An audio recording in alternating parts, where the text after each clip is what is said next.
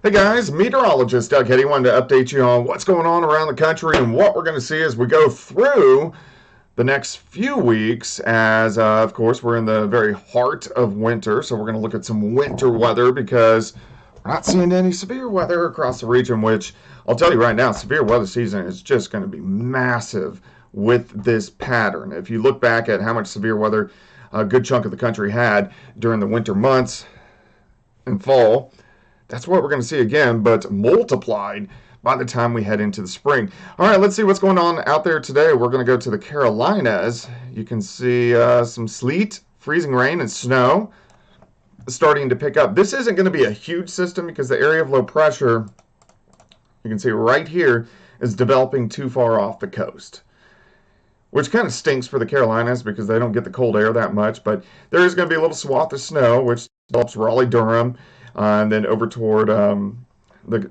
intercoastal of North Carolina as we go through the afternoon into the evening hours. Not a ton of snow, but this will drop a little bit of snow across the region as, again, like Raleigh-Durham, maybe 2, maybe 3 inches, 4 to 6 as you get closer to the coast. And then that system is really it. So let's go ahead. We're going to switch up models here. We're going to go to the GFS. And what I'm going to do is we're going to go look at the upper levels. And we're going to take a look and see what's going to happen as we go through the next few weeks. I'm going to go to the 500 millibar. This is vorticity. Vorticity kind of picks up on the energy of storm systems where you see the brighter colors. These are our storm systems. So you can see like a little wave down by the Gulf Coast. But this is about 18,000 feet up in the atmosphere, but we want to track where these, what's easiest way to say, these brighter colors go, and that's going to track where the storm systems are going to go, and we're going to compare it to the Heady pattern. Right now, we're doing pretty good. I mean, the pattern is, the GFS model is actually doing pretty good on this run with what is going on. So let's go through some time. We got this upper level wave down across parts of New Mexico, and this kicks out by Monday. It's a strong little wave. See how deep it tracks Texas all the way down into Arkansas. And last time in the pattern, let me look here, Friday, Saturday, Sunday, Monday. It was a much weaker wave last time it came through, but it should produce a little bit of rain and snow. Let's keep going. Let's go through next week. So we're going to drop into late next week. Here comes another wave. Now this is going to be an interesting wave. So this is, let's go all the way to Friday. So Tuesday, Wednesday, Thursday, Friday. What I am doing, I will show you here. I print off these upper level maps every day. So you can see these kind of similar to what you're seeing on the screen. So I'm looking at here, this is, which is, it's hard to see, but it's November 26th. We're on a 63-day cycle. So I can go back to November 26th, compare it to what this model is projecting and see how accurate it is. And it's pretty spot on. It's not bad. It gives you a pretty good idea. But we need to watch this wave late next week as it could drag some colder air in. All right, let's keep going. So we're going to watch this wave, and this is going to be interesting as it hits the East Coast. Last time, the last 2 times in the cycle, it went pretty far out to sea. Kind of very similar to this. If it goes out a little bit farther, it won't produce a nor'easter. If it sticks where it's at or even moves inland a little bit, it could produce a nor'easter by next weekend. We're going to look at that a little bit more in detail here in just a minute. All right, let's go to thermodynamics. We're going to go to 850 millibar temperature. So what this shows is where is the Arctic air. So let's go all the way back here to now.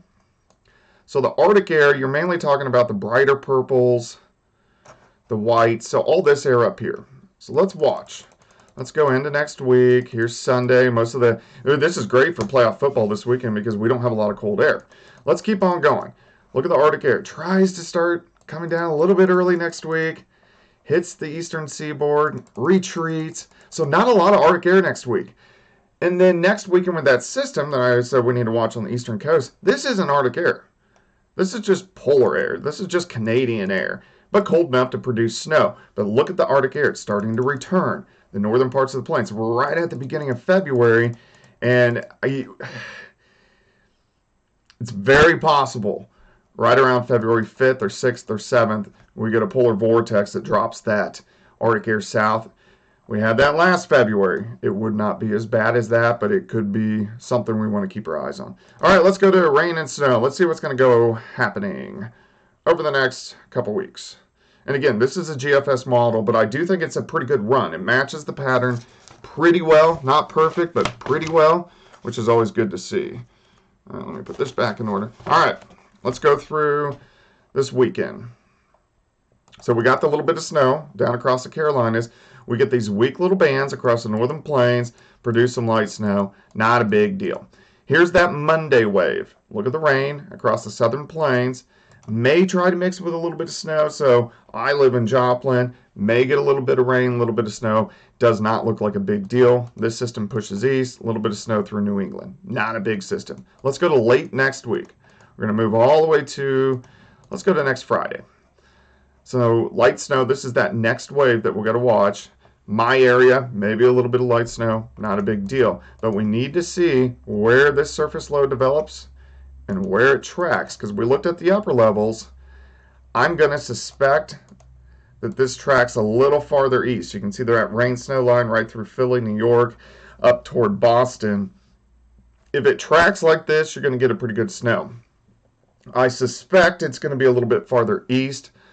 Something we'll watch over the next week.